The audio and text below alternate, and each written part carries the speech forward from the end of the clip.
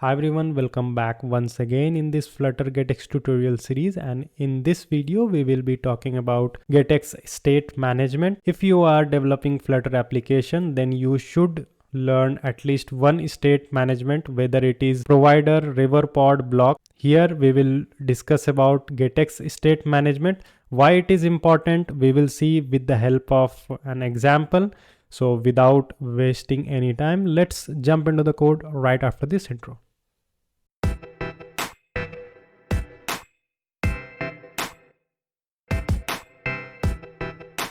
Was our previous code.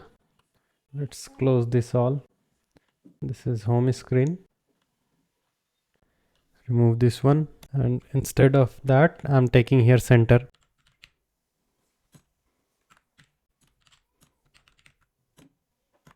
And child of this center, I'm taking here one text. Now here let's create one variable.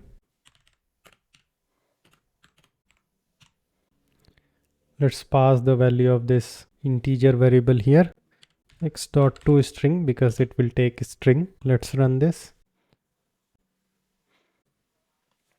Let's increase the size of this text.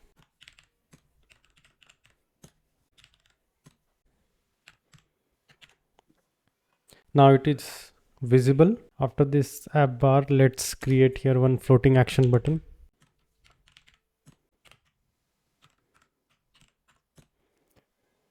Actually, I want to show you how it is important to handle Flutter application inside state management. We have setState for updating our widget, but we'll show you that what is the drawback of using setState here.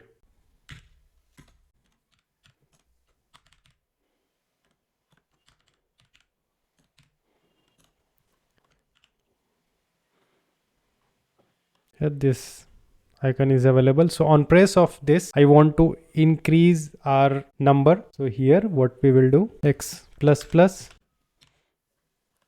and for updating our widget we will have to call setState. Now if we will press, the value of x will increase. Now it is working fine, but I want to show you the drawback of using setState. So after this build, let's print some value,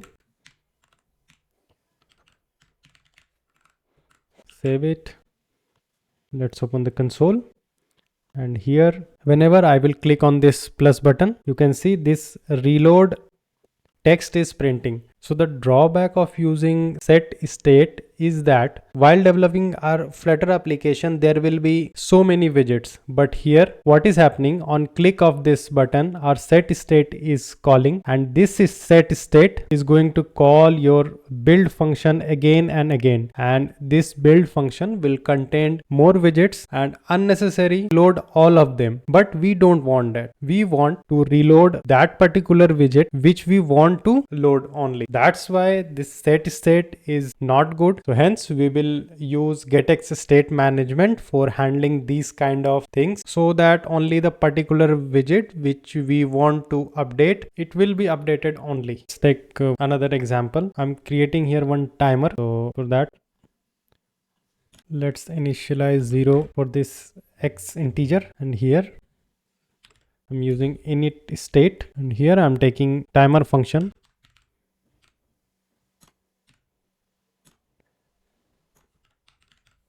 Duration, at every 1 second I want my timer to increase. This is callback function.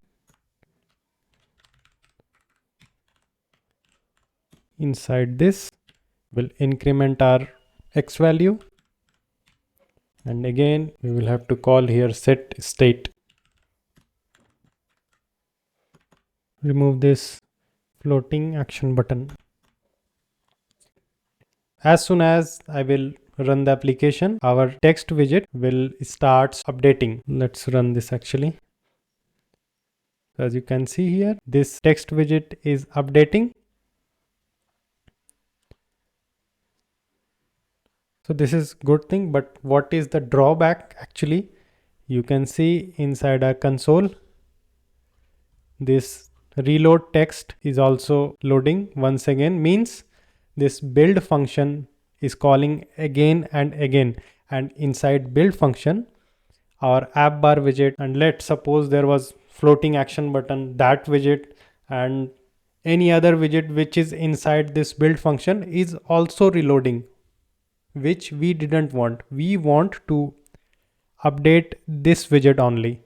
So this is the drawback of using setState. That is why it is necessary to learn state management, so that we can load that particular widget only which is required, not the whole available widget inside our build function. So by using this setState method, consumption of our mobile RAM will be high. That's we do not want actually. As a developer, we should enhance performance of our application also. We do not want that let's suppose I have developed one application, and after installing it in someone's device, it will consume so much RAM memory. So it is not actually good. So I hope that you must have understand that how it is important to learn state management. From next video, we will handle this kind of state management with the help of GetX. So that's it in this video. Hope to see you next time in our next video. Bye for now.